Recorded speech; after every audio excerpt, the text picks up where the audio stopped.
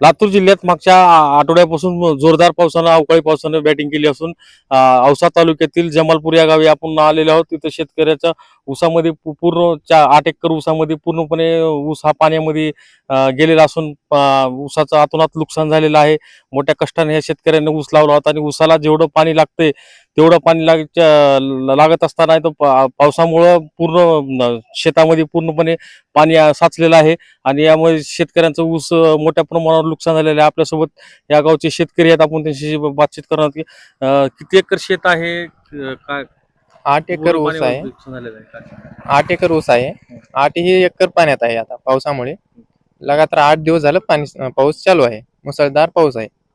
किती किती पाणी द्यावं लागत ऊसाला, कसं कसं असतं काय? आता 4 महिने झालं पाऊस उन्हाळा सांभाळलोय. व्यवस्थित पाणी, व्यवस्थित खात ते करून सांभाळलेला ऊस होता. आता पाणी एवढं साचले त्याला आता पोचण्या वाचूनही पाणी जास्त झाले. म्हणजे ते पूर्ण पाण्याखाली ऊस गेला आता पूर्णपणे. आता म्हणजे पूर्ण ऊस येईल का पूर्ण नासाडी होणार ऊसाची आता पूर्ण? ऊसाची शक्यताच नाही यायची. पूर्ण आता त्याला मुळी फुटेल आणि तिथं ते वाढ थांबेल. पूर्ण नासून जाईल ऊस तिथले तिथे जागेवर एवढं पाणी जाईल. कितीचं नुकसान झाले अंदाजे? अंदाजे सर आता हे 10 लाखापासून तर जाईल नुकसान. प्रशासनाच्या वतीने कोणी पंचनामे वगैरे करायला आले का महसूलचे अधिकारी नाही. वगैरे? नाही कोणी सर अजून तरी नाही. नाही नाही सर, नाही.